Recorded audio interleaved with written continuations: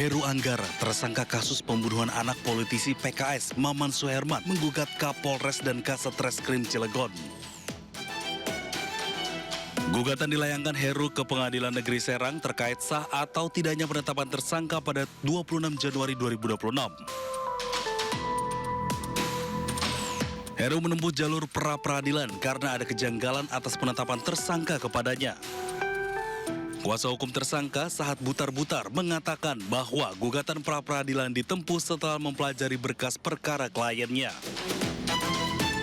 Kami sebagai penasihat hukum telah melihat ada kesempatan dan memungkinkan dilakukan diajukan gugatan pra-peradilan. Itu bisa dijelaskan Pak, catatannya di mana? Mungkin ada beberapa hal, contoh satu, kami melihat SPDP surat perintah di pemberitahuan dimulainya penyidikan itu tidak tertera apa yang dilakukan dan siapa tersangka.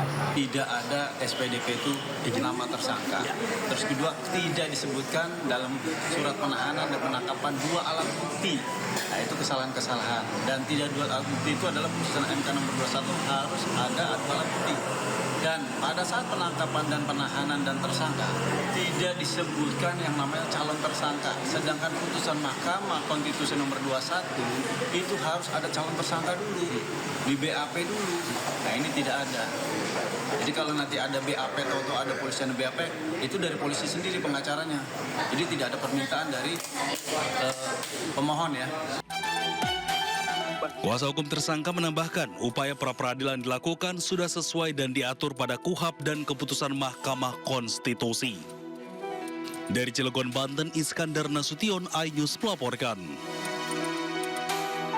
Pemirsa, panik uang tabungan terancam hilang karena izin bank dicabut, ratusan nasabah menggeruduk kantor Bank Cirebon. Jangan kemana-mana, informasinya di Sindo Malam. Apa gunanya kantor polisi kalau maaf saja? Viral peristiwa KDRT menimpa seorang ibu rumah tangga di Kabupaten Rokan Hilir, Riau. Dalam rekaman video amatir terlihat korban bersama putranya mengalami penganiayaan oleh suaminya sendiri. Penganiayaan ini dipicu lantaran korban menolak berhubungan badan. Pelaku kalap dan memukuli istri dan anak sambungnya menggunakan ikat pinggang dan tongkat. Kedua korban mengalami luka yang cukup serius di bagian wajah dan mata. Warga setempat kemudian mendatangi rumah korban dan menyerahkan pelaku ke pihak kepolisian. Tersangka meminta berhubungan badan kepada korban, yaitu istri tersangka pada pukul 04.00, namun pada saat itu korban tidak memenuhi permintaan dari tersangka, namun tersangka langsung memukul korban.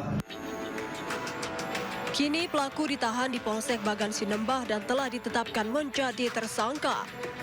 Pelaku dijerat pasal 44 Undang-Undang RI nomor 23 tahun 2004 tentang penghapusan kekerasan dalam rumah tangga.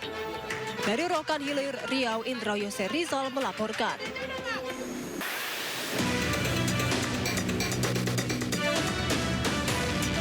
Seorang oknum ASN di Tuban menganiaya 4 karyawan SPBU. Dalam rekaman kamera pengawas, pelaku mencekik dan memukul korban secara membabi buta. Akibatnya, salah satu korban mengalami luka serius di bagian hidung. Pelaku menganiaya pegawai SPBU karena tidak sabar diminta mengantre saat pengisian BBM. Kejadian berawal ketika salah satu petugas SPBU melayani pengisian BBM ke pemotor yang berada di depan pelaku. Hal itu memicu emosi pelaku hingga pelaku menganiaya korban. Dua operator SPBU dan seorang tukang kebun yang berusaha melerai juga dianiaya pelaku. Setelah mengamuk, pelaku kemudian kabur tinggalkan SPBU. Kasus penganiayaan ini telah resmi ditangani Satreskrim Polres Tuban. Kemudian kalau ada ribut-ribut, jadi saya datang lihat untuk mempertanyakan perkaranya. Tapi si pelaku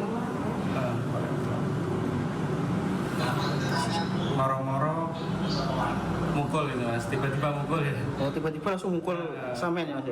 Pada saat itu terlapor datang pada saat korban sedang melakukan pengecekan terhadap stok BBM, diduga dari hasil pantauan CCTV, terlapor tidak sabar kemudian melakukan penganiayaan terhadap korban pertama dengan inisial VPF. Kemudian datanglah saksi kedua dengan inisial AN untuk berusaha melerainya. Namun terlapor kemudian juga ikut memukul perut dan wajah. Polisi telah mengantongi bukti rekaman CCTV dan memeriksa sejumlah saksi. Sementara pihak SPBU sendiri juga meminta polisi segera menangkap pelaku. Dari Tuban, Jawa Timur, Pipit Wibawanto, iNews melaporkan. Pemirsa, kita beralih ke informasi lainnya. Seorang pria dianiaya tetangganya karena menegur pelaku bermain drum hingga mengganggu lingkungan. Terkait kasus ini, polisi diterjunkan ke lokasi untuk menindaklanjuti laporan korban.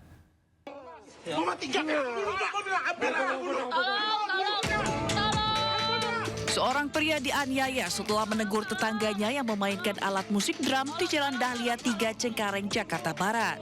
Beberapa orang mencoba melerai, namun penganiayaan tetap terjadi. Polisi yang mendapat laporan langsung melakukan olah tempat kejadian perkara. Konflik berawal dari keluhan warga yang terganggu suara drum selama berbulan-bulan. Keluhan tersebut sudah disampaikan namun tidak pernah ditanggapi hingga korban mendatangi rumah pelaku. Dari atas mungkin kepala, karena di kepala belakang karena ditendang. Ini ada baru tahu nih, mungkin habis ditonjok. Mata juga ada, ini mungkin ada bekas itu. Nah, terus di bagian ini siku kena aspal. Ya, ini juga kena aspal, terseret. Bahwa korban dianiaya dikarenakan menegur terlapor yang diduga sering memainkan alat musik drum di rumahnya yang membuat sebelah mungkin keberisikan. Satreskrim Polres Jakarta Barat masih menyelidiki kasus penganiayaan tersebut. Dari Jakarta, Miftahul Gani, iNews melaporkan. Pemirsa, lagi-lagi jalan berlubang makan korban. Seorang pengemudi ojek online jatuh hingga tak sadarkan diri usai menghantam lubang di Jalan Ledjen S. Parman, Jakarta Barat.